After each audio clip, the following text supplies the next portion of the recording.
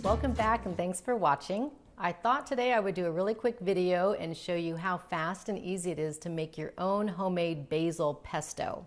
I usually keep 1 or 2 basil plants in my windowsill, and it's amazing how much they produce. And I really recommend doing that because you're going to save so much money growing your own basil versus buying it in the grocery store. So what I usually do to start, I trim my plant. I just cut all of this off my 2 plants, and there's still a lot more to come. So we're going to start with 4 cups of basil leaves. So I've washed and patted dry my leaves, and I'm just going to measure this out and put 4 cups into the blender.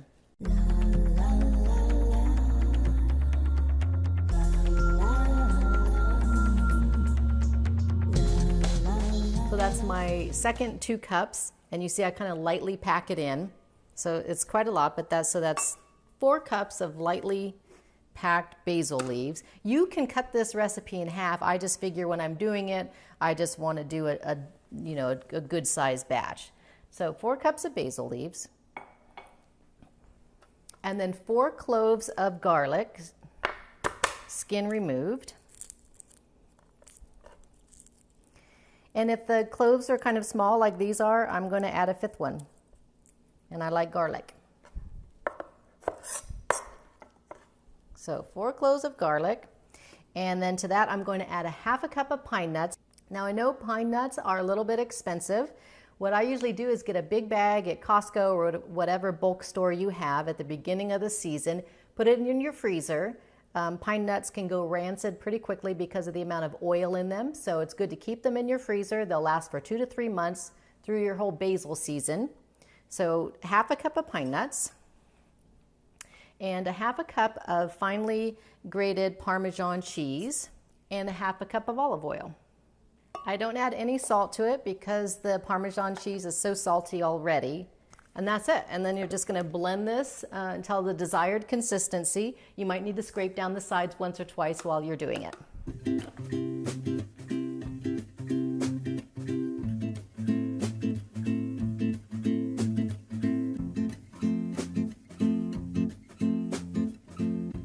Okay, and you can see it takes a minute to get it started, but it eventually does blend. So what I do to store this is I want to put it in a canning jar. This works great.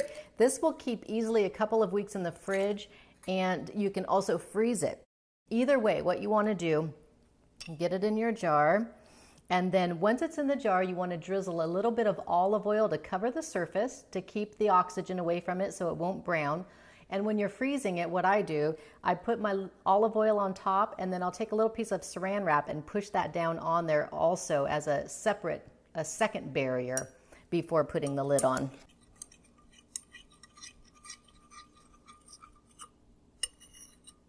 Let me show you what I mean by that. So I'm just going to, if you can see through there,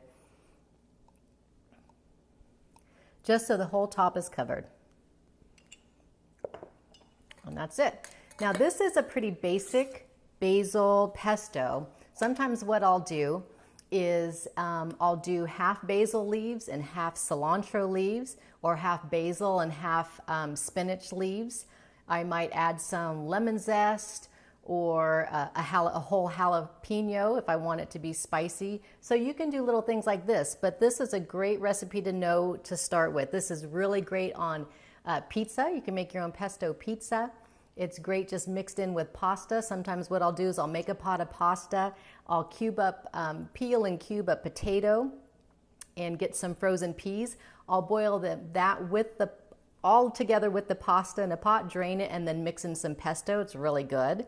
And it's also great on things like bruschetta, all kinds of things. So I hope you'll see how easy this is and you'll give it a try and get your own basil plant in the window.